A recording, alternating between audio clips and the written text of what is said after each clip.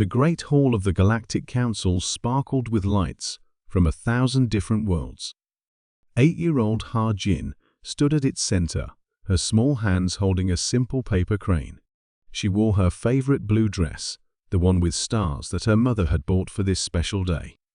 "This is how we make art on Earth," Ha Jin said to the gathering of alien children. Her voice was clear and steady, just as she had practiced with her parents. She began folding another crane, her fingers moving carefully through each step. From the observation deck above, Dr. Sun Ho watched his daughter with pride. His wife, Dr. Ji Yoon, recorded the moment on her datapad. They were the first human family chosen for the Council's Youth Exchange program, and everything had gone perfectly so far. "Your daughter brings much honor to Earth," said the Council representative beside them. The tall, silver-skinned being nodded in approval. "She will help build bridges between our worlds." Ha Jin finished her second crane and held it up. The alien children moved closer, their many eyes and sensory organs fixed on the paper creation. One of them, a small floating creature, drifted near enough to touch the crane. "Would you like to try making one?" Ha Jin asked, reaching for more paper. She pulled out sheets of colored paper from her pocket. The papers were special. They shimmered slightly in the light, a gift from her father's lab.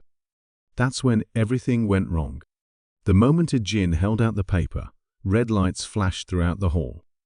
A high-pitched alarm pierced the air. The alien children backed away quickly, their guardians rushing to pull them to safety. "No!" Dr. Sun Ho shouted, realizing what was happening. The Council's automated defense systems had activated. He ran for the stairs, Dr. Ji Yoon right behind him.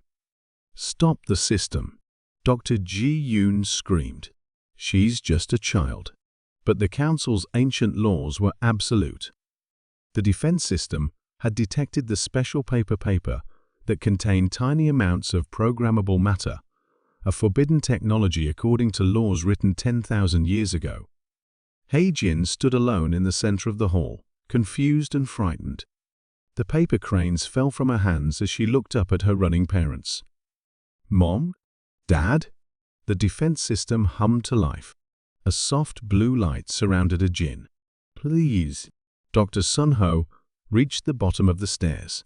"She doesn't know. It's just paper." Ha Jin reached out toward her parents. "I'm sorry," she said, not understanding what she had done wrong. "I just wanted to share." The blue light flashed once, bright as a star. When it faded, Ha Jin was gone.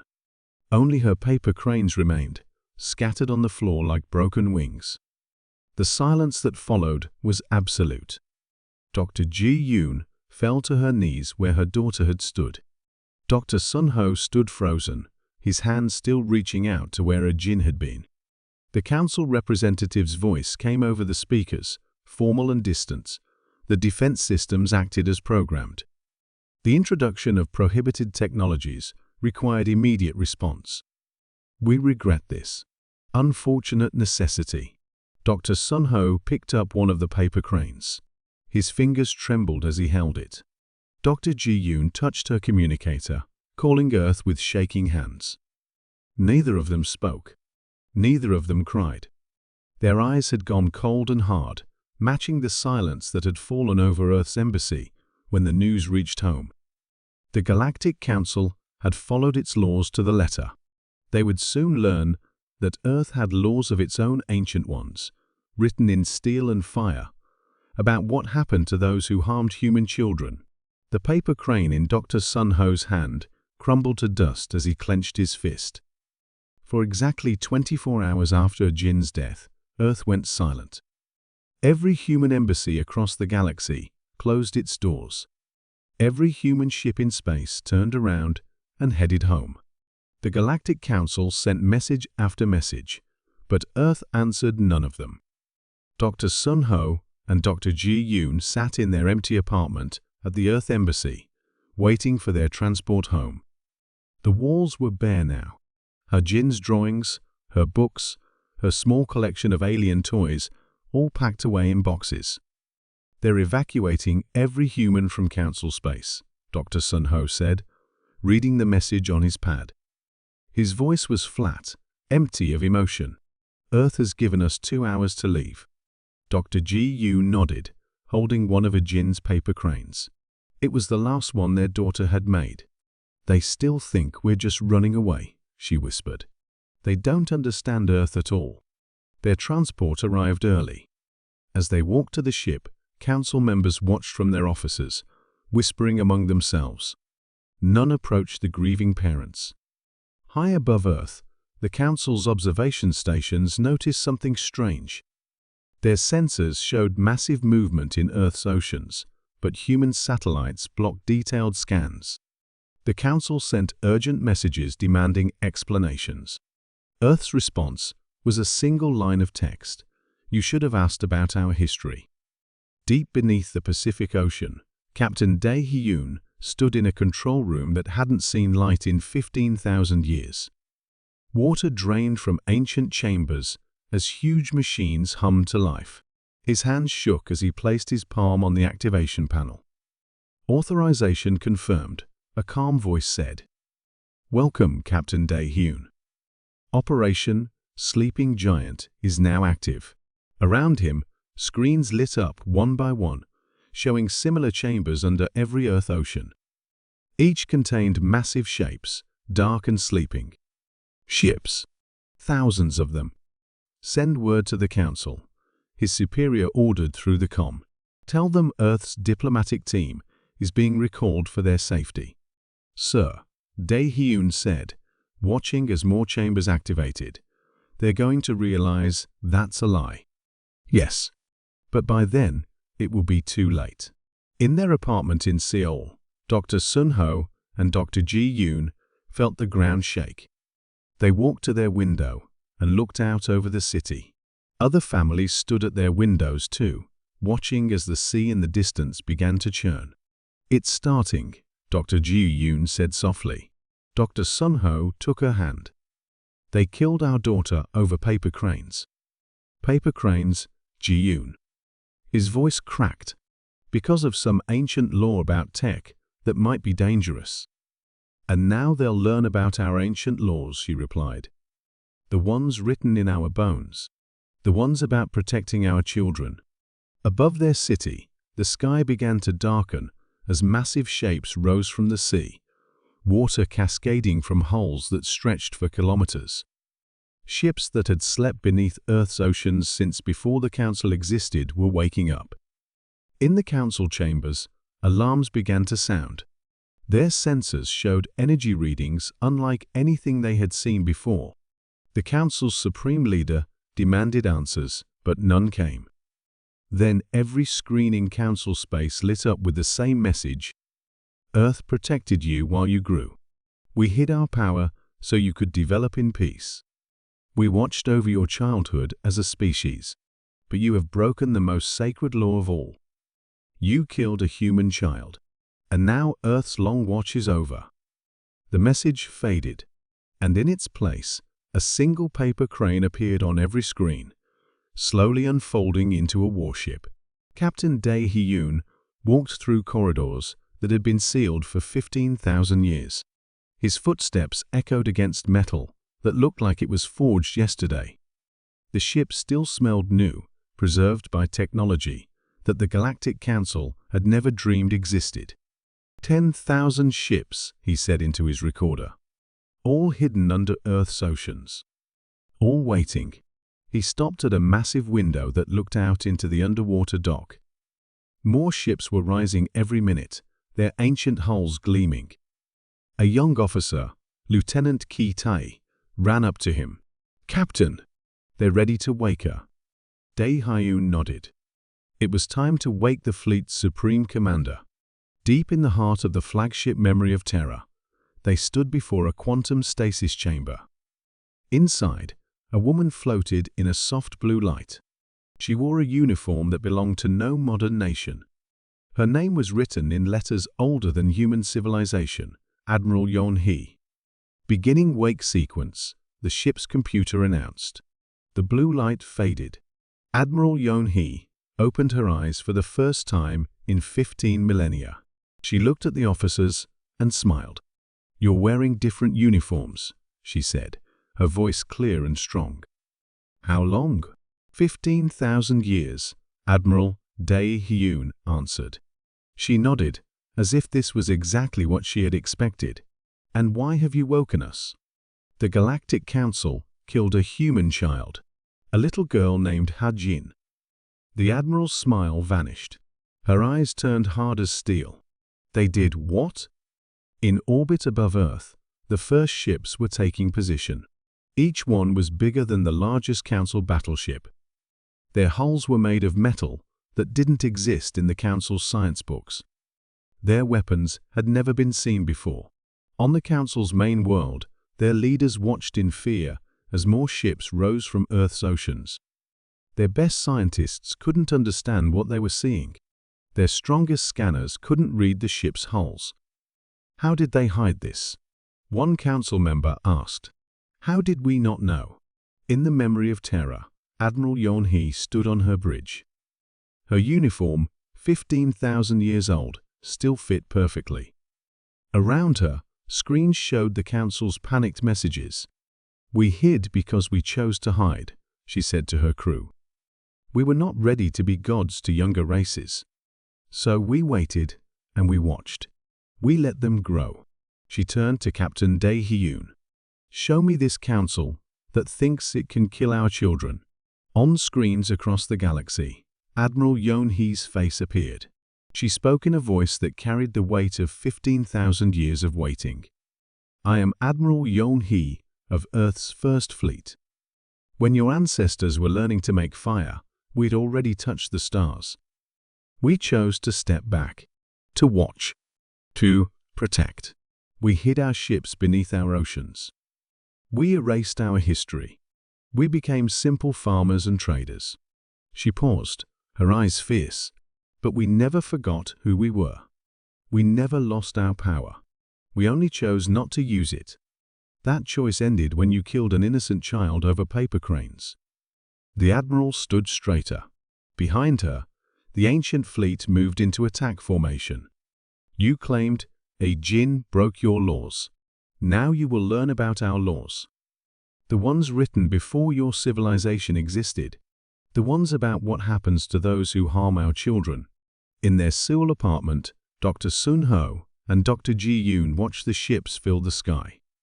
They held each other as humanity's true power revealed itself to the galaxy. Their daughter's last paper crane sat on their table, watching with them as Earth's ancient fleet prepared to change the galaxy forever. The Council's main defense station was the size of a small moon. It had stood guard for 3,000 years, protecting the Council's home system. No ship had ever broken through its defenses. Until today. Captain Dae-Hyun stood on the bridge of his ship, the Earth's Memory, as it led the first attack wave. Behind him, 100 ancient vessels moved in perfect formation. Their black hulls seemed to swallow the starlight. "Council station ahead," his sensor officer reported. "Their shields are at maximum power." Dae-Hyun nodded. "Show me what these old ships can do." The ancient vessels moved forward. The Council station fired its weapons beams of energy that could cut through modern battleships. But the beams passed through Earth's ships like they weren't there. Lieutenant Ki-tae, watching from his post, suddenly understood. "Sir, the ships, they're not dodging the attacks. They're phasing through them." The Council's defenders watched in horror as Earth's ships passed through their strongest shields like ghosts. Their most powerful weapons did nothing. It was as if the laws of physics had stopped working. "How is this possible?" the Council's defense minister demanded. "Nothing can pass through our shields." On the memory of terror, Admiral Yeon-hee watched the battle unfold. "Your shields," she said quietly, "were built using science we forgot thousands of years ago." Earth's ships surrounded the station. They didn't fire their weapons. They didn't need to. Strange fields of energy pulsed from their hulls, and wherever these fields touched, Council technology simply stopped working. "Target their power systems only," Dae-Hyun ordered. No casualties. The station's lights flickered and died. Its weapons fell silent. 3,000 years of supposed invincibility ended in less than 5 minutes. Lieutenant Ki Tae worked at his console, studying the readings. "Captain, their technology. It's like they built everything using only half the instructions. Like children playing with toys they don't fully understand." Dae Hyun remembered a Jin and her paper cranes.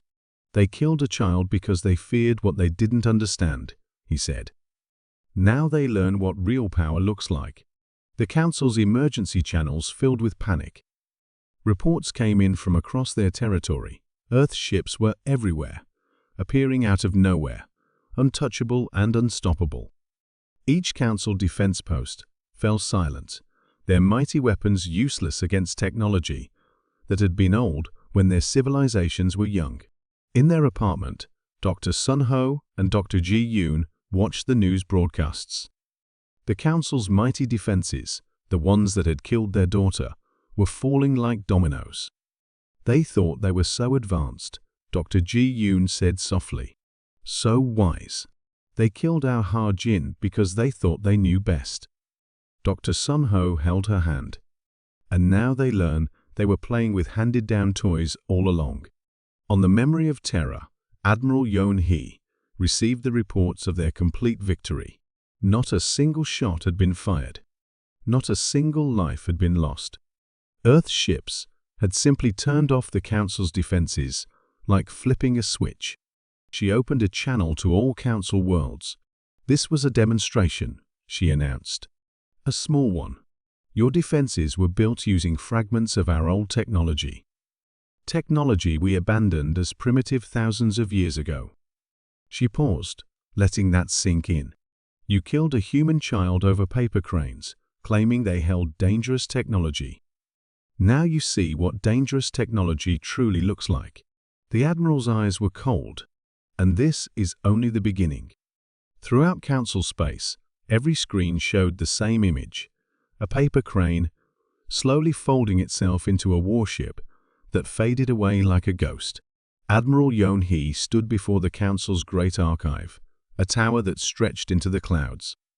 Behind her, the memory of terror hung in the sky like a dark star. The Council guards stepped aside, their weapons useless against her ship's technology. 15,000 years, she said to Captain Dae Hyun beside her. "We gave them 15,000 years to grow up, to become wise." She touched the archive's door, and ancient machines inside recognized her DNA. The doors opened by themselves. Inside the archive, Dr. Sun Ho worked at a console that responded to his touch as if it had been waiting for him. His wife, Dr. Ji Yoon, stood watch as he dug deeper into the Council's secrets. "Look at this," he said, his voice shaking. "Their defense systems, their laws about dangerous technology, they're all based on old human designs. They've been using our abandoned technology all along." Dr. Ji Yoon leaned closer to read. "They knew," she whispered. "They knew about Earth's past. They knew what we were." On screens across the galaxy, Admiral Yeon-hee began broadcasting the truth.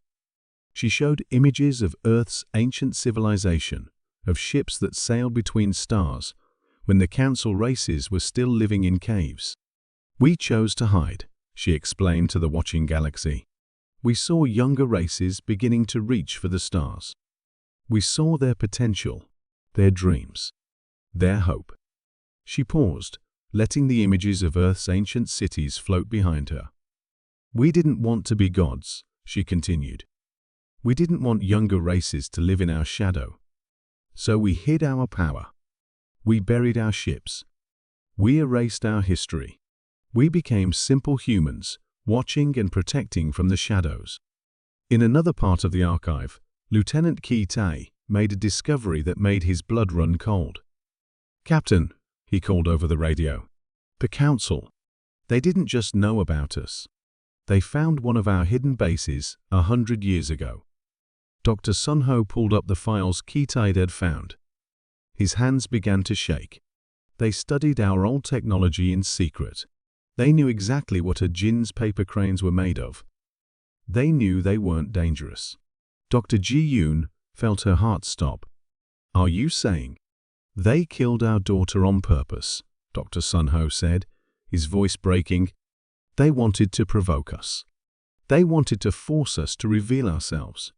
Admiral Yeon-hee received the news in silence. Then she opened a channel to every world in council space. Her voice was calm, but her eyes burned with controlled fury. "You killed an innocent child," she said. "Not because she broke your laws. Not because you feared her paper cranes. You killed her because you wanted to see what Earth would do." The council chambers erupted in chaos. Lower-ranked members turned on their leaders, demanding answers. The truth spread like wildfire across the galaxy. The mighty council had murdered a child to test Earth's reaction. Several council species immediately denounced their leaders. They broadcast messages to Earth, begging forgiveness for their part in a Jin's death. In the archive, Dr. Ji-yoon found one last file. It was the council's first law, written thousands of years ago: "Never harm the children of those who watch over us." "They broke their own most ancient law," she said softly. Admiral Yeon-hee looked out over the council's city. "They wanted to see Earth's power," she said. "Now they will see our justice too." Above the city, more ships emerged from jump points, their hulls dark against the stars. The council had wanted Earth to wake up. Now they would face the consequences of their choice. Captain Min-ji led her strike team through the council's central command center. The halls were empty. No one tried to stop them. Their footsteps echoed off walls that had never seen human soldiers before today. "Team 2, report," she said into her radio. "Central Archive secured." Lieutenant Ki Tae's voice came back. "You won't believe what we're finding, Captain. Files going back thousands of years. They've been watching us, studying us, planning this." Min-ji reached the main council chamber. The great round room where her Jin had died was dark now. The defense systems that had killed the little girl were silent, shut down by Earth's ancient technology. "Breach the council's private chambers," she ordered. "Find everything." Above the capital city, the memory of terror hung like a sword.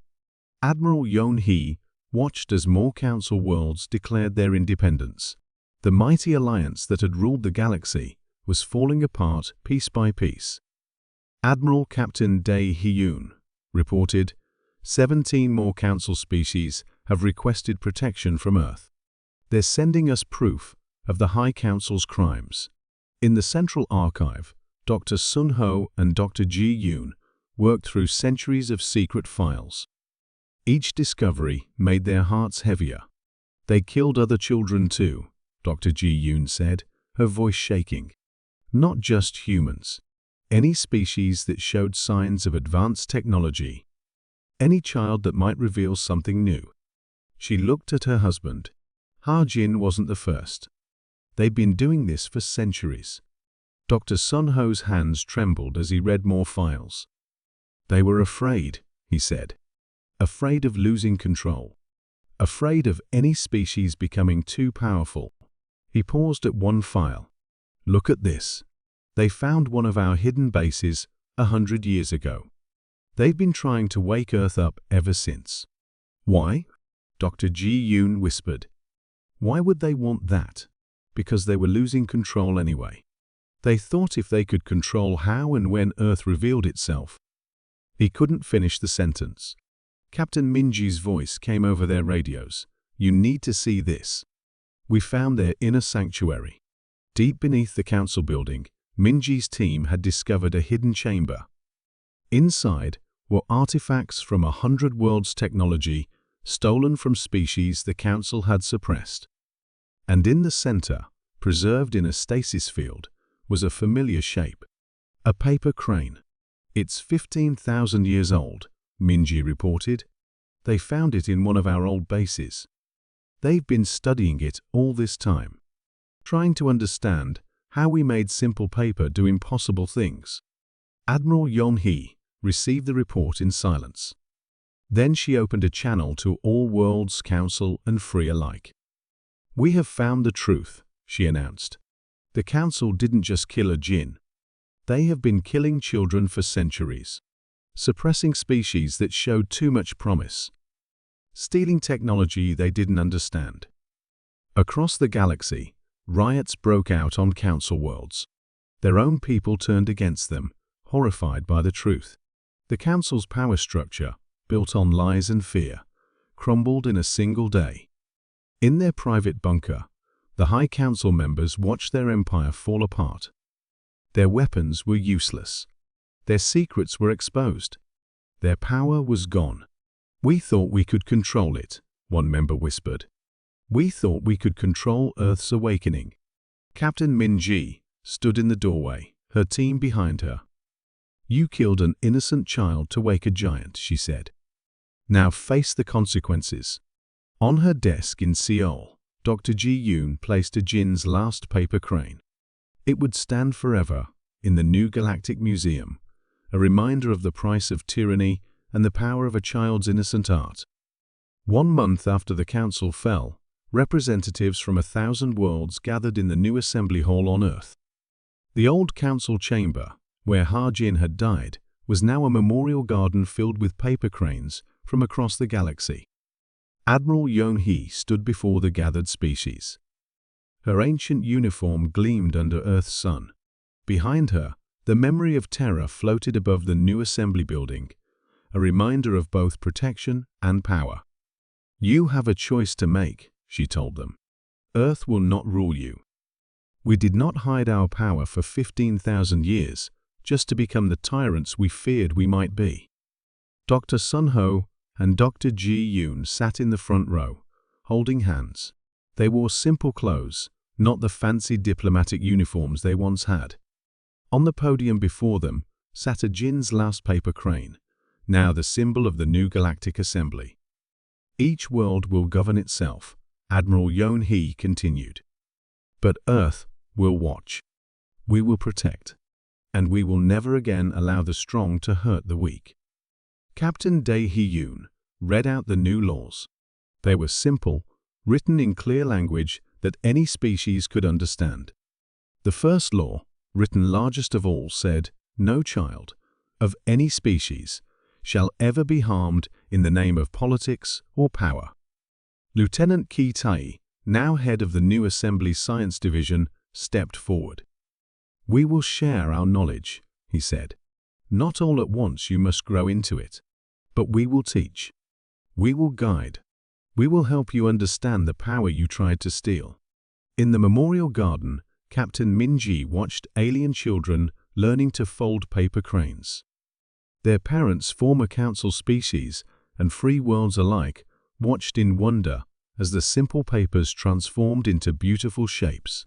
"The paper is special," Min-ji explained to them. "Like the paper Ha-Jin used. It remembers its shapes. It learns. It grows. But it is not dangerous. It is a tool for learning and art." Dr. Ji-yoon walked through the garden, helping the children. She smiled as she watched them play, but her eyes were sad. "Ha-Jin would have loved this," she said softly. Dr. Sun-ho put his arm around her. "She made this happen," he said. "Not the way anyone wanted, but she changed the galaxy. She woke Earth up, and in doing so, she freed everyone." Above Earth, the ancient fleet took up its new positions. 10,000 ships spread across the galaxy, ready to protect and serve. They were guardians now, not conquerors. Admiral Yeon-hee finished her speech with a final revelation. "What you have seen of Earth's power is less than 1% of what we possess," she told the assembly. "We show you this not as a threat, but as a promise. We have the power to destroy, but we choose to protect. We have the power to rule, but we choose to guide." In the years that followed, the galaxy changed. The assembly replaced the council. Knowledge flowed freely between worlds. Children of all species learned together, protected by Earth's watchful eyes. In the center of the assembly hall, Ha-Jin's memorial stood permanent and bright. A simple paper crane, preserved in a field of Earth's most advanced technology. Below it, words wrote themselves in any language a visitor could read. Here fell an innocent child, whose death woke ancient giants. Her art was called dangerous. Her life was called forfeit. But her memory changed the galaxy, and her spirit lives in every child who now folds paper into wings and dreams of flying among the stars. The paper crane glowed softly, eternal, a reminder of both what was lost and what was gained. And in its light, a new galaxy grew, watched over by the ancient power that had chosen to hide, chosen to wake, and finally chosen to protect rather than rule.